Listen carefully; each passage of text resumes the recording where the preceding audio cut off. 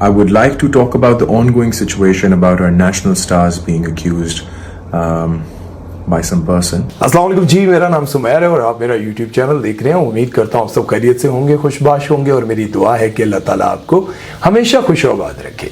दोस्तों, जैसा कि आप सब जानते हैं कि ये जो ज़िंदगी है ना, इसमें कभी भी किसी पर भी बुरा वक्त आ सकता है। अच्छा खासा इंसान अपनी ज़िंदगी में बड़ा परफेक्ट जा रहा होता है, लेकिन अचानक से उसकी ज़िंदगी में एक ऐसा मोड़ आता है जिसकी वजह से उसकी ज़िंदगी में बड़ा बदलाव आ जाता है, उस पर बड़ा बुरा वक्त आ जाता है।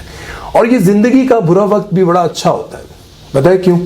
क्योंकि इस बुरे वक्त में पता चलता है कि कौन आपका अपना है और कौन आपका पराया है। जो सालों से आपके दोस्त बने होते हैं वही आपके दुश्मन बन के सामने आते हैं। तब आपको पता चलता है कि ये जो बुरा वक्त आया है ये किसी अच्छे के लिए आया है, ताकि आपको पता चल सके कि कौन आपके साथ चलेगा और कौन आपको बीच रास्ते में छोड़ देगा और कौन तैयार बैठा था आपको मार देने के लिए। ये सब कुछ बुरे वक्त में ही पता चलता है। और आपको एक और बात इसके साथ जोड़ते हुए ये बताऊं, आप सब जानते होंगे कि एक यूट्यूबर हैं, उन्होंने एक बहुत बड़ी कंट्रोवर्सी क्रिएट की है जिनका नाम है मेजर आदिल राजा। ये आर्मी से रिटायर्ड हैं और एक यूट्यूबर कहलाए जाते हैं आजकल। इन्होंने एक बहुत बड़ी कंट्रोवर्सी क्रिएट की। उन्होंने पाकिस्तान की 4 बड़ी सेलिब्रिटीज के नामों के शुरू के हर्फ लेते हुए ये कहा कि ये वो 4 बड़ी सेलिब्रिटीज हैं जो आर्मी के बड़े बड़े ऑफिसर्स के साथ रातें बिताती हैं और आर्मी के साथ साथ पीटीआई के बड़े लीडर्स के साथ भी इनकी वीडियोस वहां पर रिकॉर्ड हो चुकी हैं, नासेबा वीडियोस। और साथ साथ उन्होंने ये भी बताया कि इमरान खान की भी वीडियोस वहां पर मौजूद हैं। इस बात को लेते हुए पाकिस्तान में एक बड़ी कंट्रोवर्सी क्रिएट हुई। उसके बाद कुबरा खान जो है, कुबरा खान ने बड़ा गुस्सा करते हुए ये कहा कि आपने मेरा नाम लेने की जुर्रत कैसे की। इस पर उन्होंने कहा कि आपका तो मैंने नाम ही नहीं लिया। कुबरा खान ने कहा कि मेजर आदिल राजा तैयार रहो, मैं तुम्हें लंदन के कोर्ट में आके घसीटूंगी। उसके बाद उन्होंने पहले ये कहा कि बिस्मिल्लाह आ जाए, मैं आपका इंतजार करूंगा। और मैंने तो आपका नाम ही नहीं लिया, मैंने के नहीं बल्कि ए कहा है। अब ए के साथ तो पाकिस्तान की और बड़ी बड़ी सेलिब्रिटीज का नाम बनता है, मैं नहीं लेना चाहता। अब क्या पता उन्होंने किसका नाम सोचकर ये कहा है। लेकिन जब कुबरा खान ने ये सब कुछ किया तो मेजर आदिल राजा ने उनसे एक्सक्यूज भी कर लिया, माफी मांग ली, सॉरी कर ली कि मैंने आपको या फिर किसी भी बड़ी सेलिब्रिटीज को मैं तनकीद का निशाना नहीं बनाना चाहता था और मैं ये नहीं चाहता था कि लोग उन पर ताने कसें, गालियां निकालें या फिर उन पर लान तान करें। उनका कहना था कि मैंने तो सिर्फ जो कुछ हो रहा है उसको क्लियर करने की कोशिश किया, वो बताने की कोशिश की है कि पाकिस्तान में क्या कुछ हो रहा है। खैर, ये एक टॉपिक मैंने आपको थोड़ा सा इसलिए क्लियर किया कि क्या कुछ चल रहा है। और इसके ऊपर जो आजकल मेरा एक बड़ा अच्छा दोस्त, बेचारा हमारी इंडस्ट्री का बड़ा अच्छा हीरो, वो आजकल तनकीद की जद में है, वो आजकल बड़े बुरे वक्त से गुजर रहा है, जिसका नाम है फिरोज खान। दोस्त मैंने इसलिए कहा क्योंकि बुरे वक्त में कोई किसी का साथी नहीं होता, इसलिए मैंने उनको कहा कि वो एक मेरा दोस्त बड़े बुरे वक्त से गुजर रहा है, क्योंकि उनकी वाइफ ने उन पर इल्ज़ाम लगाया था कि फिरोज खान मुझ पर तशद्दुद करता है, मुझे मारता है, मुझे पीटता है, मेरे पर बड़ा जुल्म करता है। और उन्होंने कुछ तस्वीरें भी सोशल मीडिया पर शेयर की थी और उसके बाद कई महीनों तक उन्होंने फिरोज खान को बच्चों से नहीं मिलने दिया था।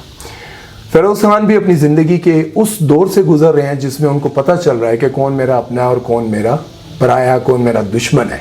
ऐसे दौर से वो गुजर रहे हैं और इसी दौर में उनको पता चला कि ये लोग जिनके साथ मैं बैठकर काम करता था, खाता था, पीता था, पिकनिक मनाता था और बहुत बहुत टूर्स करता था, वही लोग आज मेरे खिलाफ बातें कर रहे हैं। वही लोग जो डायरेक्टर्स हैं जो उनके पीछे चलते थे। हब्स के डायरेक्टर ने बहुत बड़ी स्टेटमेंट दी और उन्होंने कहा कि मैं फिरोज खान के साथ काम करके कभी भी कंफर्टेबल महसूस नहीं करता, मुझे उनके साथ काम करके कभी भी अच्छा नहीं लगता।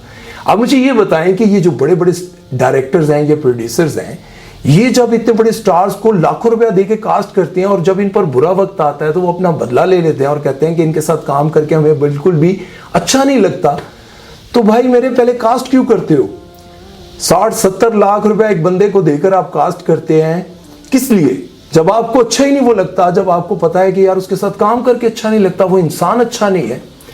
जैसे ही उस पर बुरा वक्त आता है तो उसके बारे में आप लोग, मैं तो ये समझता हूं कि ये वो लोग हैं जो ऐसे लोगों का नाम इस्तेमाल करके खुद फेमस होना चाहते हैं। बेशक वो बड़े डायरेक्टर्स हैं, लेकिन कभी वो, जाहिर है उनके नाम से तो लोग उनको जानते नहीं है। अब बहुत सारे ड्रामे आप देखते हैं, आपको क्या पता है कि उसका डायरेक्टर कौन है? आप तो हमेशा एक्टर्स को देखते हैं।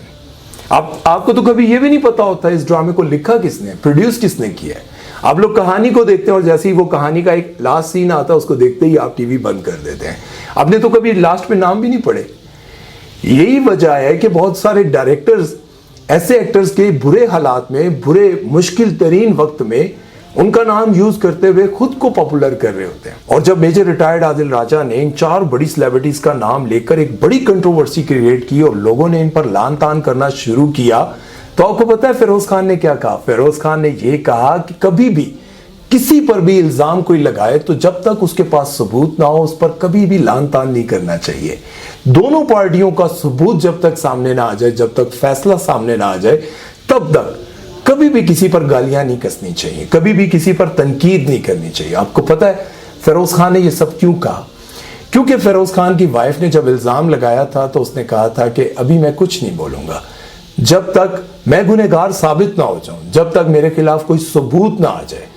तो आप सोचें कि जब ये फिरोज खान पर इल्जाम लग रहे थे, जब फिरोज खान को लोग बुरा भला कह रहे थे, बहुत सारे डायरेक्टर्स, एक्टर्स, वो लोग जिन्होंने आज तक फिरोज खान के साथ काम ही नहीं किया, जिन्होंने आज तक फिरोज खान के बारे में डीपली जानने की कोशिश तक नहीं की, वो सब फिरोज खान पर इल्जाम लगा रहे थे। और इंडस्ट्री के बहुत जो ऑनेस्ट लोग हैं वो ये कहते थे कि ये जितने भी लोग हैं जो इस पर इस वक्त फिरोज खान पर लान तान कर रहे हैं ना, ये वो लोग हैं जो सिर्फ ये सोचते थे कि यार फिरोज खान को क्यों कास्ट किया जाता है। ना तो फिरोज खान दुनिया के सबसे खूबसूरत इंसान है और ना ही इनकी एक्टिंग में कोई ऐसी बात है जो किसी और में ना हो, फिर भी इनको मुंह मांगी रकम दी जाती है और इन्हें सबसे बड़े प्रोजेक्ट में कास्ट किया जाता है।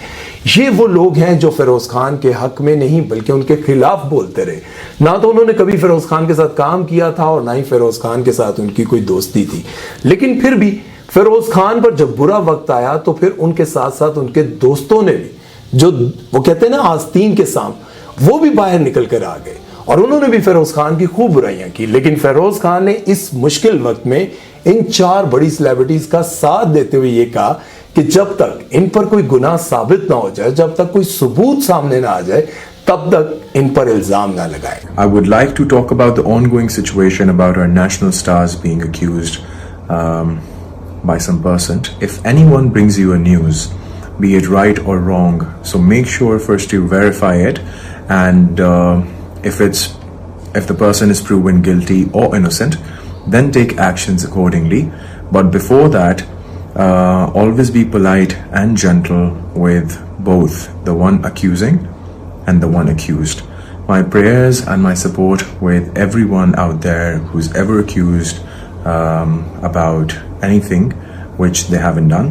All my support and prayers for the co-actors as well, for my fellow actors as well.